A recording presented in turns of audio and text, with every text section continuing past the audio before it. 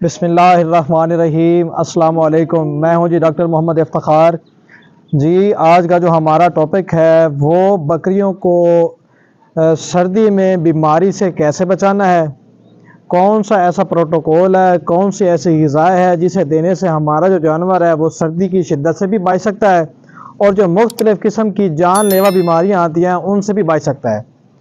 تو دیکھیں جی، سب سے پہلے یہ بات سمجھنی ضروری ہے کہ سردی کی نسبت گرمی میں جو جانور ہے وہ کم بیمار ہوتا ہے، اس میں قوت مدافعت زیادہ ہوتی ہے، جبکہ جو سردی کا جو بیمار جانور ہے وہ جلدی جو ہے وہ موت کا شکار ہو جاتا ہے، اور جو سردی میں موجود بیماریاں ہیں وہ بھی زیادہ شدت والی ہیں۔ چلیں جی اپنے ٹاپک کو سٹارٹ کرتے ہیں۔ اس میں جی جو پہلا نقطہ ہے وہ آپ نے اپنے جانور کی پراپر ویکسین کرنی ہے۔ جیسے کہ آپ آج کل جو دسمبر کا موسم ہے، دسمبر اینڈ ہو رہا ہے اور جو موسم کی شدت ہے وہ بھی شدید ہوتی جا رہی ہے، یعنی شدید قسم کی آج کل ٹھنڈ ہے۔ تو آپ نے کیا کرنا ہے کہ اس موسم سے کم از کم ایک ماہ پہلے یا اب بھی اگر آپ چاہیں تو اپنے جانور کو ویکسین دو ہیں جو آج کل کے موسم میں ہو سکتی ہیں۔ ایک پی پی آر کی جو کہ ہمارے جانور کی یا خاص طور پہ بھیڑ بکری کی 80% موت کا سبب یہ پی پی آر بنتی ہے۔ اس کے بعد جو دوسری ویکسین ہے وہ سی سی پی پی کی ہے، جس میں جو جانوروں کو نزلہ سینڈی وغیرہ ہو جاتی ہے، یعنی پھیپھڑوں کے انفیکشن وغیرہ ہو جاتا ہے۔ یہ دو ایسی بیماریاں ہیں، سی سی پی والی ویکسین نہ ہو، پی پی آر کی ویکسین نہ ہو تو یہ آپ کا پورا جو باڑا ہے، جو بکریوں کا ایوڑ ہوتا ہے وہ آپ کا خالی کر دیتی ہیں۔ جیسے پولٹری میں کوئی ڈیزیز آ جائے تو ایک ساری مرغیاں مار جاتے ہیں، اسی طرح پی پی آئی یا سی سی پی کا کوئی مسئلہ آپ کے جانوروں میں آ گیا ہے تو اسی طرح یہ بھی پورا کا پورا جو آپ کا باڑا ہوتا ہے اسے خالی کر دیتا ہے۔ اس کے بعد جی آپ نے کیا کرنا ہے کہ اپنے جانوروں کی ڈیورمنگ کرنی ہے۔ ڈیورمنگ دو طرح کی ہوتی ہے، ایک ہوتی ہے جانور کو پیٹ کے کیڑوں کی دوائی پلائی جاتی ہے، دوسری ڈیورمنگ ایک پہلی ویڈیو میں بھی آپ کو بتا چکا ہوں کہ وہ ہوتی ہے بیرونی جو جلد ہوتی ہے جانور کی، اس کی ڈیورمنگ، یعنی اس کو کیسے صاف کرنا ہے۔ دیکھیں جی پیٹ میں تو مختلف قسم کے کیڑے ہوتے ہیں، جس میں گول ورم ہو گئے، دوسرے پھیتا نما ہو گئے، چپٹے ہوئے ہو گئے، جگر کے کیڑے، پھیپھڑوں کے، تو یہ کافی سارے ہیں جو جانور کے اندرونی سائڈ پہ یعنی انٹرنل پیراسائٹ ہم انہیں کہہ سکتے ہیں، یہ ہو گئے۔ لیکن جو بیرونی ہیں جس میں چیچڑ جوئیں وغیرہ ہو گئی، تو یہ جو چیزیں ہیں ان کے لیے بھی آپ جانور کی ڈیورمنگ کریں۔ پیٹ کے کیڑوں کے لیے آپ کوشش کریں جب بھی دوائی پلائیں، موسم آپ کا گرم ہو یعنی ٹمپریچر وغیرہ ہو، دن نکلا ہو، ٹھنڈا نہ ہو موسم، تو اس میں آپ پیٹ کے کیڑوں کی جانور کو دوائی پلائیں، کوشش کریں ایسی دوائی کا انتخاب کریں جس سے جانور کو موک نہ لگے، جیسے کہ البنڈا سالٹ ایک ایسا سالٹ ہے جس سے جو ہے جانور کو موک نہیں لگتی۔ اور جو جانور کے اب جو بیرونی جو چیچڑ وغیرہ یا جوئیں وغیرہ ان کا کیا کرنا ہے، کوشش کریں جانور کے اوپر کوئی سپرے کریں۔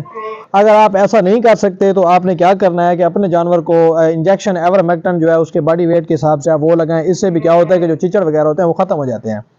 اب یہاں پہ سوال یہ اٹھتا ہے کہ چیچڑ تو ایک دفعہ ختم ہو گئے، لیکن بعض دفعہ یہ ہوتا ہے کہ جانور کے جو باڑے ہوتے ہیں ان میں فرش پہ بڑے شدید قسم کے یعنی بہت زیادہ مقدار میں چیچڑ موجود ہوتے ہیں، اور اس کے علاوہ جو دیواروں کے سوراخ وغیرہ ہوتے ہیں ان میں بھی چیچڑ موجود ہوتے ہیں،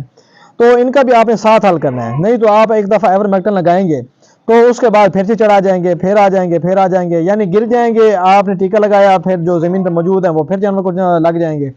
تو آپ نے ان کا حل یہ کرنا ہے کہ یا کوشش کریں اپنے جو باڑے ہیں آپ کے، ان کے باڑوں میں آپ نے جو چونا میں ہوتا ہے اسے آپ بکھیر دیں،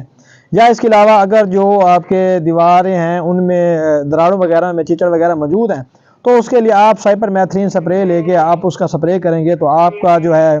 باڑا جو ہے وہ ایک تو چچڑوں اور جوئیں وغیرہ سے پاک ہو جائے گا، اور ساتھ میں ایک جو چیز ہے مچھر سردیوں میں ہوتا ہے وہ بڑی کم مقدار میں ہے، لیکن اس کا بھی ساتھ ہی جو ہے خاتمہ ہو جائے گا۔ ٹاپک کی ہم اختتام کی طرف چلتے ہیں، اور ہمارا جو اب آخری نقطہ ہے یہ سب سے عام اور قابل جو ہے غور نقطہ ہے۔ دیکھیں جی اس میں آپ نے کیا کرنا ہوتا ہے کہ اپنا جو جانور ہے اس کی جو آپ نے غذا ہے وہ آپ نے بڑھانی ہوتی ہے، یعنی جو انرجی ہے، طاقت ہے، سردی میں جانور کو زیادہ ضرورت ہوتی ہے۔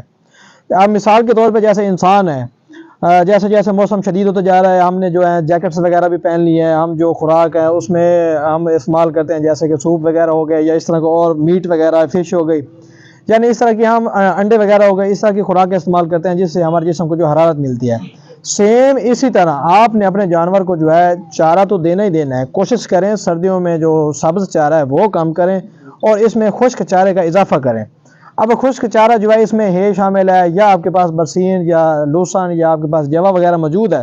تو آپ اگر آپ کے ہاں دھوپ نکل رہی ہے تو آپ اسے بھی خشک کر کے اپنے جانور کو کھلا سکتے ہیں۔ اگر آپ ایک ٹائم جو ہے وہ سبز چارہ دے رہے ہیں تو کوشش کریں آپ 2 ٹائم جانور کو خشک چارہ استعمال کروائیں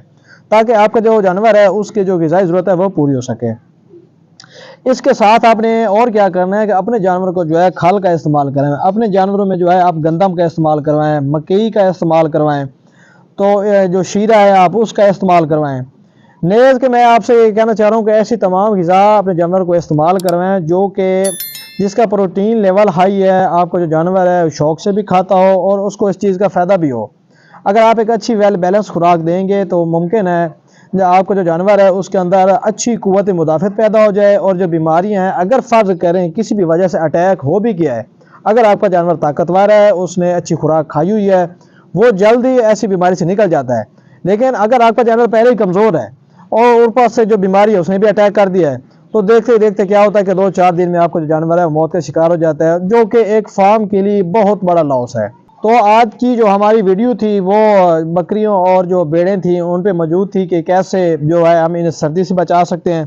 اور ساتھ میں جو بڑی عام بات تھی کہ ہم ان کو سردی میں بیماریوں سے کیسے بچانا ہے، جو کہ